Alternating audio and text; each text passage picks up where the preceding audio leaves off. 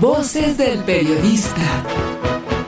El Club de Periodistas de México, con su brazo asistencial, la Fundación Antonio Sáenz de Miera y Feital, presenta Voces del periodista. Conduce Celeste Sáenz de Miera. Comenzamos.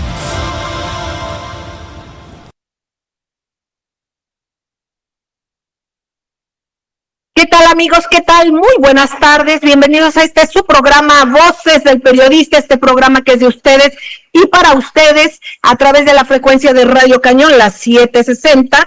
Y también agradecemos a las frecuencias que nos retransmiten de manera diferida a nivel nacional e internacional. Gracias a Radio La Nueva República, que a las 9 de la noche retransmite este programa también. Y bueno, queridos amigos, un privilegio estar con ustedes. Análisis nacional e internacional con grandes maestros en esta mesa. Y bueno, la maestra Francisca Saavedra, el maestro don Rodolfo Sánchez Mena, la maestra Ceci Tapia, Solidaridad Mil, el maestro Gerardo Castilleja y su servidora, todos de manteles largos. Por supuesto que estamos aquí con nuestro coordinador de la Federación Internacional de Periodistas del Club de Periodistas de México, el maestro Diego Papalardo, y el maestro Guillermo Rocafort, quien es Premio Internacional de Periodismo y representante del Club de Periodistas de México en España. Maestro queridísimo, todos, muchísimas gracias. Maestra Francisca Saavedra, de manera muy breve, porque estamos con información muy precisa. Por cierto, en el último bloque tendremos para cierre con broche de oro al maestro Rafael Baracas Durán, @FisgónMonero, infaltable su análisis sobre temas nacionales de repercusión importantísima. Bueno, pues, maestra Francisca Saavedra, adelante, maestra querida. Buenas tardes, Celeste, buenas tardes, compañeros, amigos, gente del público, mucho gusto, buenas tardes. Para decirles brevemente que estoy muy preocupada por la ruta que ha seguido la discusión en la Suprema Corte de Justicia, ya que la barra periodística, eso de las 2 de la tarde, tiempo de México, había anunciado que está prácticamente cantado el rechazo al plan B. Totalmente se rechaza el plan B con 9 votos contra 2. Esto quiere decir que está rebasada cualquier posibilidad de discusión. Son impasables, intransigentes, y han decidido que lo propuesto por la Presidencia de la República, y lo peor, avalado por la mayoría del Congreso, entonces yo no sé para qué sirve el Congreso y a quién representa, si vale más el voto de 9 personas. Creo que el cascarón estaba mal construido, pero de fondo eran cosas que iban a poder cambiar el sistema político, sobre todo político electoral. Creo que una de las propuestas que hay que hacer, y que sería el plan C, sería empujar una reforma judicial. Es una porquería, es un asco. Lástima que doña Norma Piña, que es de tan prosapia intelectual jurídica, nos haya traído a ese escenario. Eso es por una parte. Por otra, estaban muy violentos algunos columnistas y periodistas en torno a una barrera que se había puesto a la entrada de la Suprema Corte de Justicia, insultando de toda forma a la pobre ministra Piña. Bueno, y nunca se han puesto a considerar todos los insultos que le han hecho al señor presidente, cómo han pinturreteado el Palacio Nacional, todas sus bardas por todos lados. ¿Eso no es obsceno también? Uno vale más que otro. Mi pluma tiene que escribir de una forma y de otra. Estoy muy preocupada, muy triste, muy violenta. Creo que por ahí me voy mejor, porque estoy hasta respirando rápido. Muchísimas gracias, maestra Francisca Saavedra. Pues, queridos amigos, precisamente solicitamos de favor al maestro Rafael Barajas Durán, @FisgónMonero, quien al final del programa nos dará su opinión, porque esta es una superposición de poderes, queridos amigos. Esto está totalmente en contra del fundamento de nuestro país, que es la participación de 3 poderes diferentes. El presidente ha sido respetuoso de no intervenir ni interferir incluso en el poder judicial, y menos en las cámaras, ni en la de diputados ni en la de senadores. Y en este caso, en cambio, la Suprema Corte de Justicia o Corte de Justicia, de alguna manera, es quien pretende, y de hecho se cree que tiene la potestad de ir y de influir y de, pues incluso atacar a otro poder, porque se está metiendo con otro poder. Esto es sumamente delicado y es un tema al que le vamos a dar seguimiento en la semana, queridos amigos. Más allá de todo, la evidencia de una desesperación por poderes de ultraderecha, del fascismo mexicano, pues queda una vez más en evidencia. Vamos a seguir. Yo le pediría al maestro Guillermo Rocafort, al maestro Diego Papalardo. Maestro Diego, querido, precisamente el maestro Guillermo Rocafort, como siempre, ha tocado temas impresionantes. Él como economista, como premio internacional, que ha hablado de toda esta especialidad de fondos buitre, pero que también por hacerlo ha sido atacado en su libertad de expresión. Incluso tuvo cerradas sus redes y ya se van abriendo. Y yo quisiera preguntarle a usted, maestro Diego Papalardo, para dar entrada al maestro Guillermo Rocafort, sobre este hilo que publica el maestro Guillermo Rocafort, Premio Internacional de Periodismo, sobre esta red de Encrochat, perdónenme, el hackeo global de las telecomunicaciones encriptadas por parte de Francia y la Unión Europea, y de alguna manera aquí da el dato de que la Audiencia Nacional deportará forzosamente a españoles a Francia en base a mentiras y patrañas de la justicia francesa.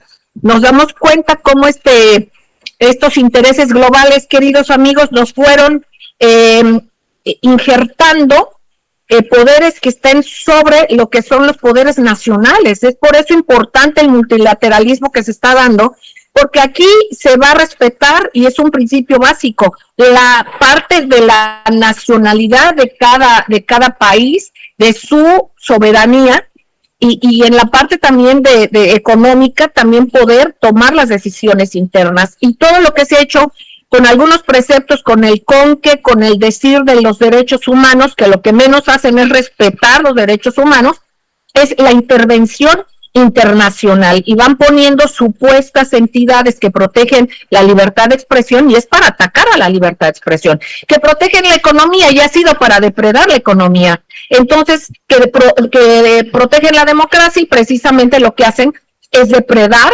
utilizando el nombre de la democracia, la perversión de las ideas para inocular con el principio de, por ejemplo, democracia, hacernos creer que van por la democracia cuando es todo lo contrario. Maestro Diego Papalardo, adelante, por favor. Buenas tardes, Celeste, equipo, y obviamente a nuestra leal audiencia que programa tras programa sigue fiel por la información que se brinda y por la calidad analítica de todos que componen a este programa, de todos los miembros que componen Voces del Periodista. Efectivamente, usted, maestro, decía correctamente, desde el año 2021, cuando se reinicia el globalismo de matriz, gestión y ultimidad anglosajona, la tecnología y la libertad, la tecnología comenzó a tener un mayor corte o un contenido absolutista, y los gobiernos tratando de pegarse, unirse a las grandes tecnológicas aquí en el occidente. Eso conlleva precisamente no solamente en una intrusividad en la vida personal de los ciudadanos o de la gente en particular del occidente, sino también significa un hackeo mental, que esto es clave, y el cercenamiento de la libertad de expresión, y sobre todo en la modulación de la capacidad de pensar. El profesor Guillermo Rocafort ha tenido evidencias recientes, o está incluso en un proceso legal, como es un gran luchador, está inserto en todos los campos de la verdad, de la justicia y del bienestar de nuestros pueblos, y él es testigo y protagonista de un proceso un proceso judicial y tecnológico, precisamente, que está llevándose a cabo en España, donde dos compatriotas, amigos del profesor Guillermo Rocafort, han sido deportados a Francia de una forma abusiva, precisamente valiéndose estas instituciones de cortes transnacionales, valiéndose de este contenido absolutista que tienen. Por favor, Guillermo, si usted nos podría comentar un poco más sobre el tópico. Muchísimas gracias, maestro Papalardo, y muy buenas noches desde España, pues a todos los maestros, Rodolfo, Francisca y Celeste. Un placer estar, como siempre, en este programa pionero y vamos a decir ya transnacional, que es Voces del Periodista. Efectivamente, estamos ante, yo creo, uno de los mayores escándalos, como ha dicho el maestro Papalardo, ha sido el hackeo de un sistema de encriptación, de comunicación encriptada global. Esto lo han llevado a cabo en el año 2020. Los servicios secretos militares franceses hackearon pues, a 60.000 usuarios que utilizaban móviles que se le vendían legalmente, estableciendo sobre ellos una presunción de culpabilidad. Y en este caso a los dos conocidos y amigos míos que fueran los vendedores en España. Esto es, digamos, la pérdida de todas las garantías de los procedimientos penales.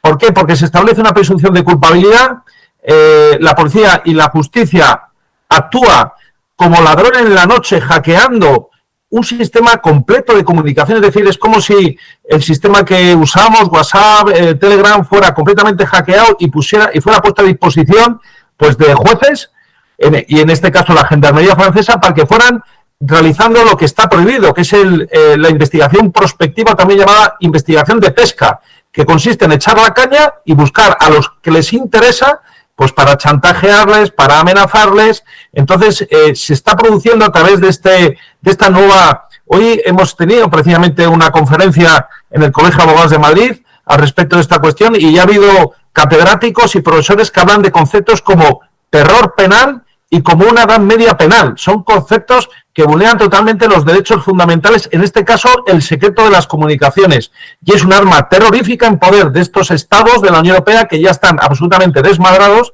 y que están haciendo un uso totalmente antijurídico de lo que son las comunicaciones, que han avanzado tecnológicamente mucho. La gente usa teléfonos encriptados porque necesita mantener su privacidad. Y ahora resulta que todas esas conversaciones las tiene los servicios secretos militares franceses y están haciendo con ellas, que pensamos, un uso indebido que nos perjudica como ciudadanos libres, y ya se están metiendo, digamos, en lo más íntimo.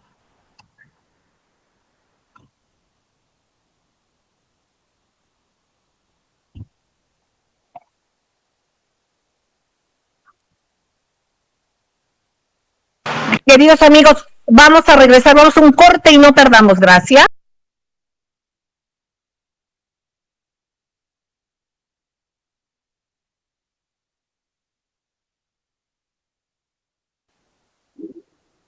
Gracias, queridos amigos, gracias por seguir con nosotros en Voces del Periodista, este programa que es de ustedes y para ustedes desde hace 22 años. Y en nombre de nuestro productor y director general, Maurice Salum, les agradecemos siempre su confianza, su compañía, su participación. Queridos amigos, en esta mesa en la que hemos escuchado a la maestra Francisca Saavedra, al maestro Diego Papalardo, y estábamos escuchando al maestro Guillermo Rocafort. Maestro querido, antes de regresar contigo, profesor, Premio Internacional de Periodismo, precisamente yo quisiera subrayar, queridos amigos, que hay quienes siembran conceptos, pensamientos, y me admiro, por ejemplo, de dos palabras que pronunciaron ambos, primero el maestro Diego Papalardo, que habla de hackeo mental. Eso es lo que nos han hecho, y eso es lo que intentan seguir haciéndonos, queridos amigos, hay que estar atentos. Y por otra parte, el maestro Guillermo Rocafort comentaba de ese terror penal, que es exactamente lo que pretenden hacer, y de esta manera estar por encima de la justicia y por encima tanto de organismos de toda índole y de ciudadanos, por supuesto, también. Maestro Guillermo Rocafort, muchísimas gracias y te seguimos escuchando. Adelante. Pues, como decía, muchísimas gracias, maestra Celeste.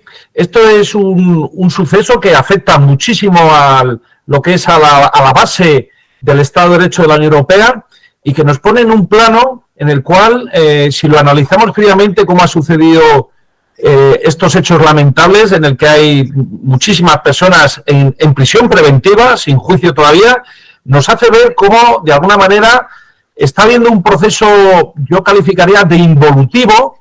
Quizá a lo mejor es una prueba más, una vuelta de tuerca más, para saber hasta qué punto las sociedades españolas, las sociedades europeas, me refiero a los Estados miembros, tolerarían en el futuro, digamos, un control que se basaría en que a través de los terminales móviles, un poder, una especie de gran hermano, como decía George Orwell, ya lo anticipó, ya lo profetizó, tendrían un conocimiento absoluto. Y ese conocimiento además daría un dominio y una especie de dictadura de pensamiento único y luego de señalamiento y de pérdidas de garantías, porque realmente ha sido muy triste ver sobre todo lo que ha hecho Francia con este hackeo, y no es por acusar a ningún país en particular, que además lo está irradiando a todas las naciones europeas, Italia, Alemania, también ha saltado el Reino Unido. Es algo que está provocando un terremoto en la abogacía. Es decir, ahora mismo los abogados, sobre todo en Francia, que son los que más sufren estos, están casi en pie de guerra, porque están viendo que, y en las propias facultades se habla, esto es transformar un procedimiento penal con plenas garantías en un terrorismo penal. Y a partir de ahora, como caigas en la red, en la pesca, porque esto es, insisto en esta idea de investigaciones prospectivas, es decir, te dan toda la base de datos y ¿qué hay que hacer la policía? Pues buscar a quien el político turno le dice que hay que buscar, mientras que hay otros delitos que permanecen impunes. Eso es verdaderamente inédito y está causando un gran desazón, desde luego en los que todavía creemos en el imperio de la ley. Gracias, maestro querido. Profesor maestro Rodolfo Sánchez Mena, lo escuchamos, maestro querido, adelante. Su micrófono, por favor. Celeste, con mucho gusto. Bueno, hoy nos encontramos con una sorpresa de cómo en Alemania uno de los bancos ecológicos va a financiar, entre comillas, a la libertad de expresión en Polonia y en Eslovaquia. ¿Sí? Sabemos perfectamente cuál es la situación que se vive en Polonia. En Polonia pues, hay un gobierno ultraderechista, en Eslovaquia también. Entonces, cuando hay estos engaños de que se dice que es para fomentar la libertad de expresión, nos topamos, por ejemplo, en Polonia, prohibieron un canal de televisión norteamericano porque critica el ser un gobierno ultraderechista. Entonces sacaron una ley para prohibir y sacar del aire este canal norteamericano. Pues esa es la situación que priva en Europa, en un tránsito que yo espero que tenga una vuelta celeste tan pronto se den las elecciones en los Estados Unidos y cambie la dirección del viento que se está viviendo con los globalistas ultraderechistas en Europa. Yo espero que se dé pronto un cambio y lo vamos a ver muy pronto si avanzamos en el análisis de lo que está sucediendo en los Estados Unidos, porque de ahí depende mucho de lo que va a pasar en Europa. Exactamente, maestro don Rodolfo Sánchez Mena. Precisamente hay una nota que a través de nuestro coordinador de la Federación Internacional de Periodistas del Club de Periodistas de México, el maestro Diego Papalardo, tenemos en Voces del Periodista, ustedes lo pueden leer, del maestro Petr Akopov. Precisamente él comenta de que dice los sueños son peligrosos, Europa cayó en la infancia. Y me refiero a infancia, imagínense cuando hablamos y hacemos una metáfora, ¿no? De que hay abuelos que son sabios y que antes eran sinónimo de sabiduría y ahora se les ve como el retorno a la nueva infancia a través de quienes tienen alguna cuestión física, ¿no? De deterioro mental. Y a eso se refiere él, en cómo en Europa, un continente que ha significado el avance de la cultura, el renacimiento, cosas tan maravillosas que ha dado como muchos países en el mundo, pero me refiero ahora, qué pena que se tenga esta reflexión tan certera que le invitamos a leer en Voces del Periodista, del maestro Petr Akopov, sobre este tema, y precisamente yo les pediría a los maestros sobre esto y otras cosas compartir. Maestro Diego Papalardo, adelante. Muchísimas gracias, licenciada. Sí, usted mencionó la nota de este analista ruso que se suma ya al equipo internacional del club, ¿vale? Vamos a tener regularmente ya los análisis, claro, sí. los puntos de vista de este estimado analista ruso. Claro que sí. Sí.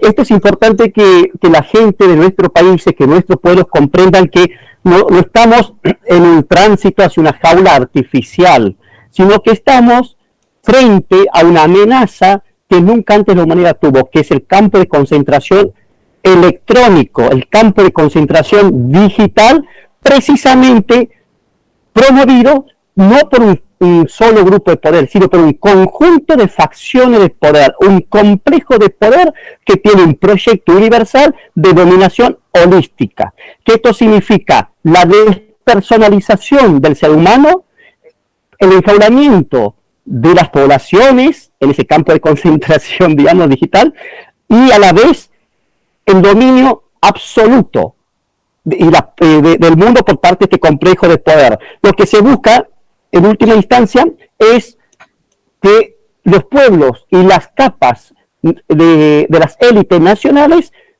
no tengan la triple capacidad de poder o la trinidad del poder, la cual es metafísica, física y química. Es decir, estamos frente a un proceso o una etapa de este gran proceso macro, vaya la redundancia el término, que amenaza con despersonalizar y desposeer de todas las facultades de libertad y de capacidad de incidir en los pueblos, desde la persona más humilde hasta la persona más importante de nuestros estados. Por eso, la sinergia entre los pueblos, las capas de las élites nacionales y los estados que sean nacionalistas, que sean patrióticos, pues es fundamental, porque así vamos a impedir precisamente que haya lo que el profesor Rocafort dijo, en 1984 en el tercer milenio. Gracias, profesor Papalardo. Maestro Guillermo Rocafort, adelante.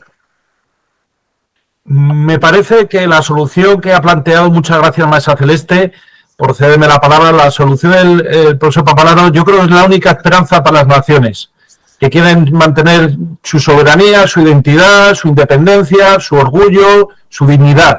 Porque si nos dejamos arrastrar a este vértigo o a este abismo del globalismo, de la mundialización, de la despersonalización, y luego de la polarización que genera también, no olvidemos el famoso divide y vencerás, ¿no? De cómo nos tienen en todas las naciones, como no nos unamos, todos los que tengamos un sexto sentido de este crisol de la historia en lo que estamos, donde es tan importante recuperar los lazos afectivos, la fraternidad, la amistad, volvernos a abrazar, mirar al pasado pues con perdón, hay que decirlo así, todos en mayor o menor medida nos hemos equivocado, pero si este cainismo que nos están incitando y nos están insuflando los anglos a través de sus terminales y de sus plataformas, y pues al final, como digo, totalmente de acuerdo, es quizá, yo creo que la solución inteligente, aunque tengamos que adoptar, tener cesiones personales en algunas cuestiones, pero lo que nos tiene que unir a todos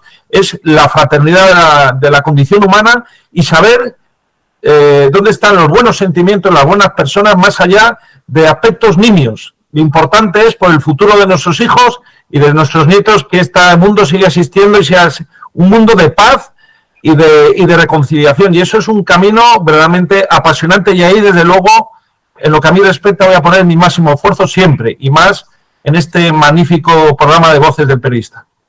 Gracias, maestro querido, pues este programa que es de todos y para todos, y por cierto agradecemos mucho a Jonathan Álvarez el esfuerzo tecnológico, y gracias a los ingenieros en cabina, Víctor Melara, un abrazotote a Milton Partida. Bueno, queridos amigos, precisamente es otro dato que ya nada más quisiera dejar sobre la mesa, de cómo Estados Unidos criticó la readmisión de Siria en la Liga Árabe. O sea, ¿con qué solvencia moral lo hace? Dice que hay un dictador, que fue una revolución, cuando ya se sabe que no fue así, cuando ellos mismos han aceptado de que financian terroristas, y bueno, de alguna manera, en cambio, ya vamos viendo y volteando al multilateralismo, que precisamente, pues, la Liga Árabe, sin embargo, restaron importancia y le dieron la bienvenida a Siria a la Liga Árabe. Con esto vamos viendo, queridos amigos, cómo es inevitable el crecimiento del multipolarismo, y a regresar también en un tema fundamental que ya nos habían platicado y habíamos comentado en este programa en anteriores sesiones, sobre también qué está pasando ante esta desdolarización y también la falta de impago, o sea, la presencia más bien de impagos ya en la Unión Europea, y que ojalá y nos pueda platicar de regreso el maestro Guillermo Rocafort. El sentido común, queridos amigos, es el sentido más importante en estos momentos, y por supuesto la bondad y la solidaridad. Vamos a un corte, gracias.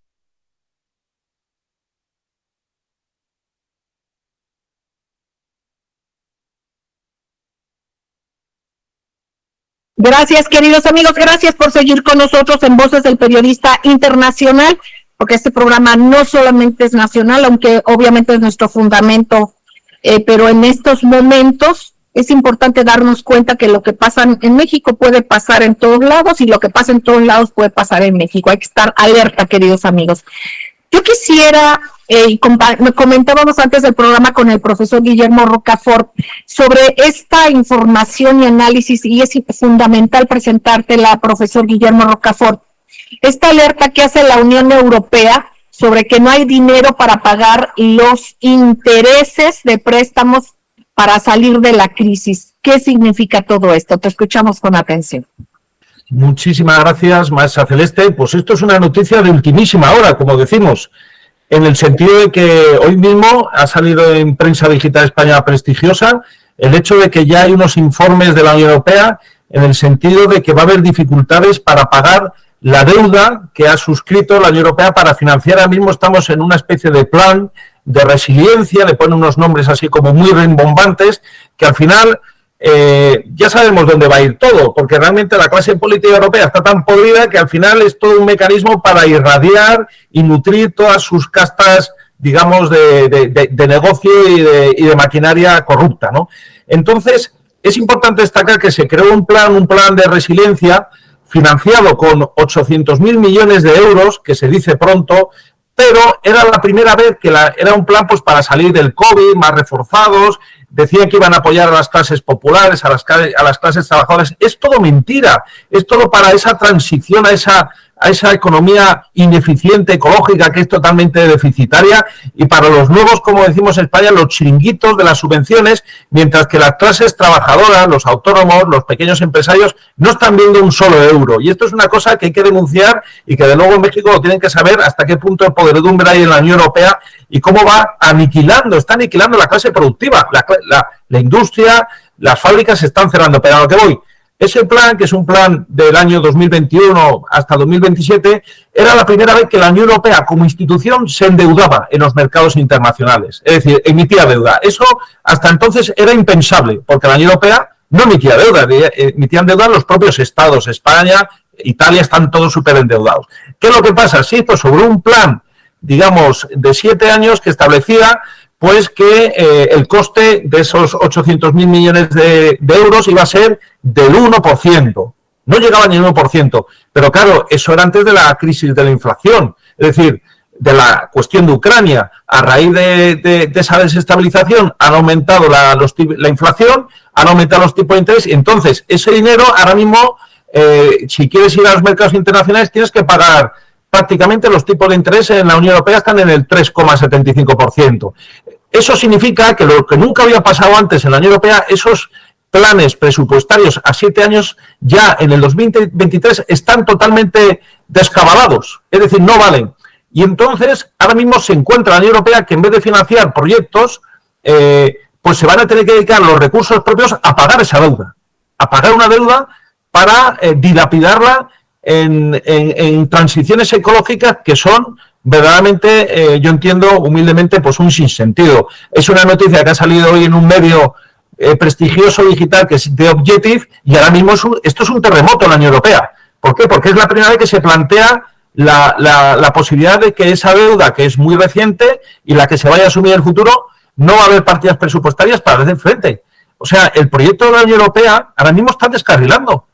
Y además en el aspecto presupuestario, algo que nunca había pasado antes, y todos volvemos a lo mismo, por habernos metido, siguiendo a los Estados Unidos en el lío de la guerra de Ucrania, que al final se ha rebotado en contra de nosotros con unas inflaciones y unos incrementos de los tipos de interés que se están cargando en los mercados financieros. Entonces me gustaría, pues eso, compartir con ustedes la preocupación que hay a nivel, sobre todo de la población, de que ve, bueno, ya lo que faltaba a la Unión Europea que fuera un ente quebrado. Entonces es un proyecto pues que está de alguna forma tocado, es un jaque ahora mismo financiero, ¿no? Es un tema que dará muchos programas que hablar en el futuro. Gracias, profesor Guillermo Papalardo. Pues es importantísimo todo esto y darnos cuenta, queridos amigos, cómo van evolucionando las cosas en tiempo, hablando en tiempo, en factor tiempo, pero hablando en hechos, involucionando. Maestro Diego Papalardo, ¿qué nos puede comentar, compartir? Adelante, profesor. Muchísimas gracias, licenciada. Quiero decir una pregunta al profesor Rocafort. Si este problema de pago del endeudamiento de los últimos años va a implicar o va a incidir prácticamente de una forma determinante en que precisamente los gobiernos de Estados Unidos, de Inglaterra, de Francia y de Alemania profundicen la guerra económica contra países como China o Rusia. Adelante, profesor. Ciertamente, aquí nos podemos encontrar con un escenario de lo que se llama la huida hacia adelante, que es lo que siempre han hecho los anglos cuando han tenido problemas internos. Es exportar guerras, exportar conflictos y desestabilizar el mundo. Entonces, es una medida que van a seguir. Ya la administración Biden ha desestabilizado completamente ya la Unión Europea, porque la Unión Europea se basa en una moneda que es el euro, que se tiene que sustentar en una inflación prácticamente inexistente. Si la inflación se dispara al 5, 6, 7%, es un proyecto inviable económicamente. Entonces ya en Europa tenemos un problemón. Ahora mismo Europa, pues, y cuando estamos tan divididos y tan enfrentados es cuando Estados Unidos impone sus condiciones y va a ir exportando desestabilización pues hasta que siga por lo menos Biden en el poder, porque es que es su política sistemática desde que está ahí. Es una situación ciertamente preocupante. Muchísimas gracias, profesor. Como decías en el programa pasado, aquí quien está, digamos, en contra de este sistema sería hacia adentro, y en la revuelta hacia adentro de Estados Unidos es Trump, ¿es así? Yo creo sinceramente que con una administración Trump que se centrara en su propia economía, en reindustrializarse, ya no tendrían ni dinero, ni recursos, ni ganas de organizar conflictos en otros países. Es decir, lo que tiene que hacer los Estados Unidos es intentar arreglar sus propios problemas y no dedicar a arreglarse problemas que no son suyos y que lo único que van es a nutrir su industria armamentística y las ambiciones de los fondos buitre y de las élites globalistas. Entonces yo veo que en Trump hay una esperanza al menos de mirar hacia adentro y sobre todo levantar, digamos, las condiciones laborales de sus trabajadores, que son los que peores lo están pasando, se lo están pasando muy mal, las clases medias y populosas, ¿no? Claro que sí. Una pregunta, profesor Diego Papalardo, precisamente manda una nota en la cual Henry Kissinger cree que el conflicto ruso-ucraniano entrará pronto en un proceso real de negociación. No sé si realmente lo crea o lo planee o sea una cuestión que lo dice por alguna razón, ¿no? Este exsecretario de Estado de los Estados Unidos, no se nos olvide que es arquitecto de política global, y en una entrevista con la CBS sostuvo esto que dije. Y entre comillas dice, ahora que China ha entrado en la negociación, creo que llegará a un punto crítico a finales del año. Yo le pido a todos los maestros en la mesa, ¿qué podemos esperar? Obviamente no es lo que digan, es lo que han hecho. Y bueno, los escuchamos ya que estamos próximos a salir en 3 minutos del aire. Bueno, no del aire, del bloque, para dar paso al maestro Rafael Barajas Urán, @Fisgón Monero. Adelante, profesor Diego Papalardo. Nosotros tenemos que tener en cuenta que dentro del occidentalismo hay vertientes de poder, facciones de poder que no desean, no por bondad ni por amor a la paz, sino no desean que se produzca una gran guerra entre Estados Unidos y Rusia. ¿Vale? Eso es clave, eso es clave. Entre estas facciones se encuentra Kissinger, que precisamente está tratando desde el año pasado de pausar la escalada del conflicto, porque cree que si se aumenta a una guerra global este conflicto, pues precisamente los Estados Unidos va a perder totalmente su posibilidad de mantener la hegemonía. Él confronta dentro del ecosistema del poder estadounidense con los llamados idealistas, representados, entre otros, por los planes de los Clinton, los Biden y compañía. Entonces, dentro de ese ecosistema de poder, dentro de ese ecosistema de poder hay divergencias, hay facciones. Mi humilde entender cree que estamos posiblemente a mediados del próximo año ya habría una desescalada del conflicto militar entre Ucrania y Rusia. En cambio, la guerra híbrida global contra Rusia va a continuar en lo que queda o resta esta década. Muchísimas gracias, maestro. Profesor Guillermo Rocafort, adelante. Pues comparto el análisis. Henry Kissinger es una persona que era secretario de Estado ya con Gerald Ford en el año 74-75. O sea, realmente es una persona de una veteranía y yo creo que de alguna forma en ese sentido este conflicto al final está aniquilando la economía y nos está llevando a un punto de no retorno. Entonces, Estados Unidos tampoco está en una situación. El Fondo Monetario Internacional dice que sus expectativas de crecimiento son prácticamente negativas frente a China y Rusia, que están creciendo mucho más que Europa incluso, ¿no? Entonces, ahí es donde yo creo que esas voces se tienen que oír con resonancia en Estados Unidos, a establecer sensatez y sobre todo un criterio y una visión de negociación, que es lo que todos deseamos, que aquel conflicto acabe y que la gente se restablezca en sus heridas y empezar a poder desarrollarse. Pero la guerra contra Rusia por parte de los globalistas no van a parar. O sea, si no pueden en Ucrania, le generarán otros conflictos, porque es tan extenso ese país y siempre estarán fomentando independentismos, tensiones económicas, tensiones religiosas. Estados Unidos es un imperio disgregador y Rusia, lo queramos o no, es el imperio integrador. Lo ha demostrado como fue en su momento la monarquía hispánica. Y eso es lo que de alguna forma es lo que las enseñanzas que nos da la historia es qué zonas o qué puntos geopolíticos están integrados y cuáles son en constantes conflictos internos, porque Estados Unidos ha vivido en guerras civiles pues reales o solapadas desde su existencia prácticamente. Perfecto, profesor, gracias. Unos segundos, maestro, una frase de maestro, perdóneme, don Rodolfo Sánchez Mena y Francisca Saavedra. Adelante, maestro don Rodolfo. Cierra la el fin de mes, el día primero, puede declararse en impago los Estados Unidos de 34.4 billones. Y esto puede detonar a todo el sistema financiero mundial. Esta es la clave de lo que suceda en estos próximos días, de cómo se está negociando el techo de la deuda, pero que no va a resolver los problemas de fondo de la economía norteamericana, Celeste. Muchísimas gracias, maestro querido. Esto lo comentaba Ceci Tapia en días pasados, muy interesante. Francisca, maestra querida, adelante. Pues de lo que oí hoy me quedo casada profundamente con el nacionalismo que debe de ejercer cada país, irse hacia adentro, procurar su industrialización, su desarrollo, su economía y dejarse de locuras de andar participando en guerras que a nadie le atañen.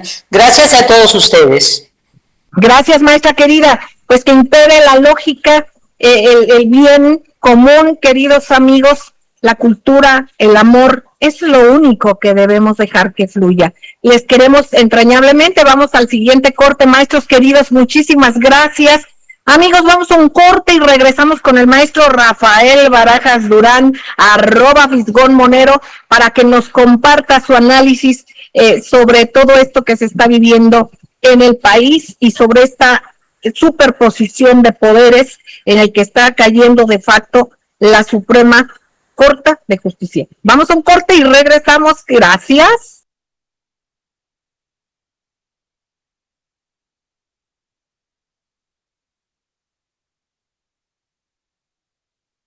Pues mucho gusto de estar aquí con ustedes. Yo soy Rafael Barajas y escuchamos un análisis muy interesante en el que participaron la maestra Celeste Sáenz de Miera, el maestro Guillermo Rocafort, Diego Papalardo, Francisca Saavedra y Rodolfo Sánchez Mena.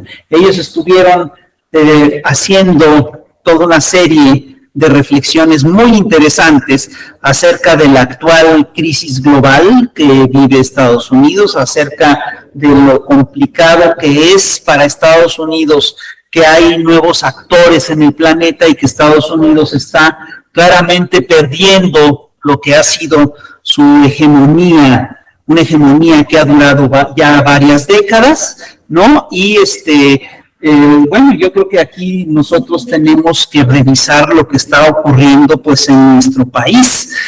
Nuestro país yo creo que se sigue manejando por las lógicas de los, por las lógicas dominantes que ha marcado, entre otras cosas, los Estados Unidos en las últimas décadas, y lo que estamos viendo es que efectivamente existe la emergencia en toda América Latina de gobiernos progresistas y que todos estos gobiernos están siendo acotados a varios niveles, entre otras cosas a través de una estrategia que es muy eficaz y es una estrategia que implica, entre otras cosas, el fortalecimiento, primero, de una guerra mediática y segundo, de una guerra judicial. Estos mecanismos son bastante comunes y han sido utilizados en todos los gobiernos progresistas de América Latina en las últimas décadas, ¿sí? Y hemos visto cómo, por ejemplo, a través de la guerra sucia y de la guerra judicial, sacaron de la contienda presidencial a Cristina Kirchner, metieron en la cárcel a Lula, sacaron del gobierno a Dilma Rousseff. Esa misma estrategia es la que impide el regreso de Rafael Correa en Ecuador, y esa misma estrategia es la que permitió la defenestración y el encarcelamiento de Pedro Castillo en Perú. Esta estrategia se explica básicamente porque el aparato, bueno, porque el poder es un andamiaje complejo y claramente existe un poder judicial que está muy ligado a las lógicas del viejo régimen, y porque los grandes medios de comunicación también están ligados a los intereses del viejo régimen. De modo que lo que hemos visto en los últimos años es el que han arreciado la guerra sucia y el lawfare, la guerra judicial. Estas dos estrategias siempre van unidas, siempre van ligadas, siempre van de la mano, y en México estamos viendo cómo estas estrategias se han concretado a varios niveles y han arreciado en los últimos días. Si nosotros revisamos los grandes medios mexicanos, pues nos vamos a encontrar con que pues hay toda una serie de temas que se silencian, y hay pero a pesar de que se silencian ciertos temas, la información no se puede ocultar por siempre. Entonces, es un hecho que los grandes medios han puesto de lado todo lo que ha sido la cobertura de Genaro García Luna, del caso de Genaro García Luna, de los vínculos terribles que existen entre lo que fue el gran secretario, el gran superpolicía de Felipe Calderón y el crimen organizado, ¿no? Y por el otro lado vemos también cómo se le ha dado una cobertura muy mesurada a un escándalo que es realmente muy fuerte, ¿no? Y que es claramente el caso del cártel inmobiliario que tenían cuadros muy importantes del Partido Acción Nacional y cuyo eje era claramente la delegación Benito Juárez. Se habla de que son miles de inmuebles irregulares, más de 1,000 inmuebles, hay quien dice que son 2,000 inmuebles con severas irregularidades. Se ha descrito todo un aparato operativo alrededor de todos estos inmuebles y han sido incluso detenidos funcionarios muy importantes, ¿no? Y han sido señalados de estar en este cártel inmobiliario otros funcionarios muy importantes del Partido Acción Nacional. Bueno, todos estos ilícitos, todas estas irregularidades están claramente documentadas, pero la prensa habla poco de ellas. En cambio, hay una enorme cobertura sobre temas que son verdaderamente intrascendentes, ¿no? Que sobre casos que no son ni siquiera, que no merecen la atención legal, ¿no? Claramente hay dos casos que a mí me llaman la atención, que tienen que ver además con los hijos del presidente de la República, ¿no? Uno de ellos es acusado de rentarle, imagínate qué crimen tan terrible, es acusado de rentarle una casa a alguien que trabaja para el periódico La Jornada, y el escándalo lo arman alrededor del hecho de que La Jornada tiene contratos con el gobierno y entonces eso prefigura una suerte de delito porque habría algún tipo de ventaja. Bueno, lo que nunca se ha logrado aclarar es cuál sería la ventaja que obtiene cualquiera de las dos partes, ¿no? Porque hasta lo que se ha documentado también es que esa vivienda la renta el hijo de López Obrador, José Ramón, desde antes del 2018, es decir, desde mucho antes de que se establecieran contratos entre La Jornada y el actual gobierno. Y esto lo sabemos, entre otras cosas, porque hay una denuncia de un grupo ahí, el famoso PGLeaks, ¿no? Que fue un sitio que se creó justamente en el 2018 en tiempos de Guerra Sucia para, en principio, ventilar todas las irregularidades de López Obrador. Bueno, el PGLeaks lo saca desde el 2018, entonces eso ya de suyo invalida toda esta acusación, ¿no? Que además, si tú revisas el caso, es absolutamente...